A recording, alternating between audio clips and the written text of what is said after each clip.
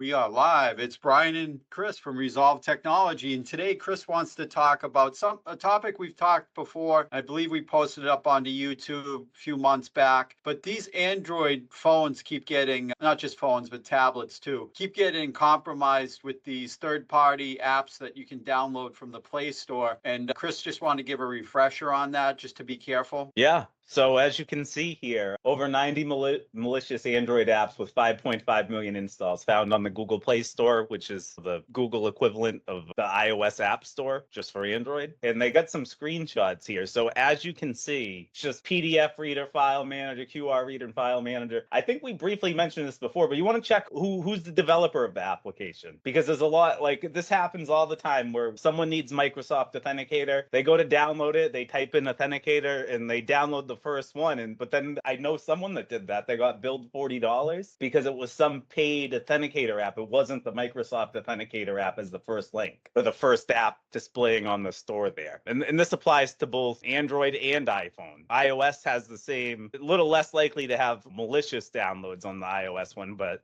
you got to double check the app you're installing. Right. So one of the ways you could do that, maybe check with your IT people to make sure that you're downloading the proper app. Yep. And then it depends on every environment's a little different, but if you have Microsoft Intune or it's either BYOD, bring your own device, or corporate owned phones, you can join those devices to Intune and it will automatically deploy out the apps you need for your phone, for your use case with that phone. It's one of the reasons we like the clients that go with the corporate phones, because then you don't have to worry about what apps get put on the phone, because it's not the employee's phone, it's the company's phone, right? And then you can deploy things like Intune for mobile device management and making sure that only the apps that they need are on the phone, and you can avoid a lot of this stuff. We know most companies don't want to do that because of the price tag, but those that do it are just that much more secure. Yeah, and I put a little graphic up just because we're touching on Intune again. For apps, identities, and devices. And it lists all deployment, updates. It keeps devices up to date,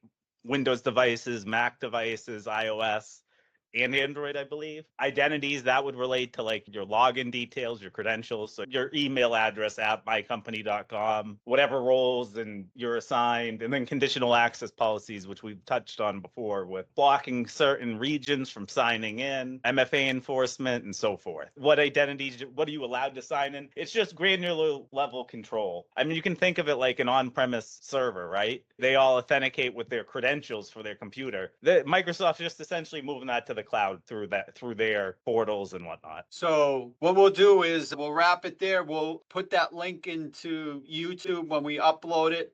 The link, the article that Chris was looking at here. And that way you can look out for this stuff and you can read the article and see what they're trying to do there. Yeah. Okay? All righty. Thanks, Chris. Yep.